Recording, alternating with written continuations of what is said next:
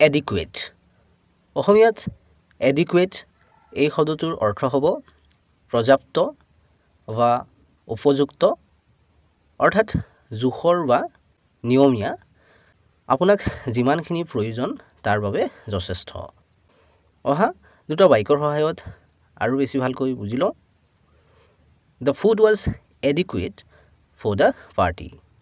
পাৰ্টিটোৰ বাবে খাদ্য পৰ্যাপ্ত বা যথেষ্ট বা জোখৰ আছিল মানে পাৰ্টিটোৰ বাবে যিমানখিনি খাদ্যৰ প্ৰয়োজন আছিল সিমানখিনি হৈছিল বা সিমানখিনি আছিল বৰ বেছি হোৱা নাছিল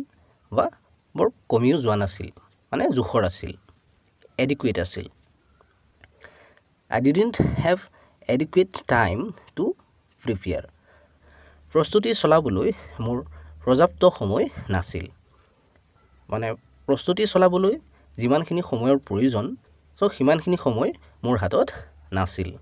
মানে adequate টাইম মোৰ হাতত নাছিল চেনেলটো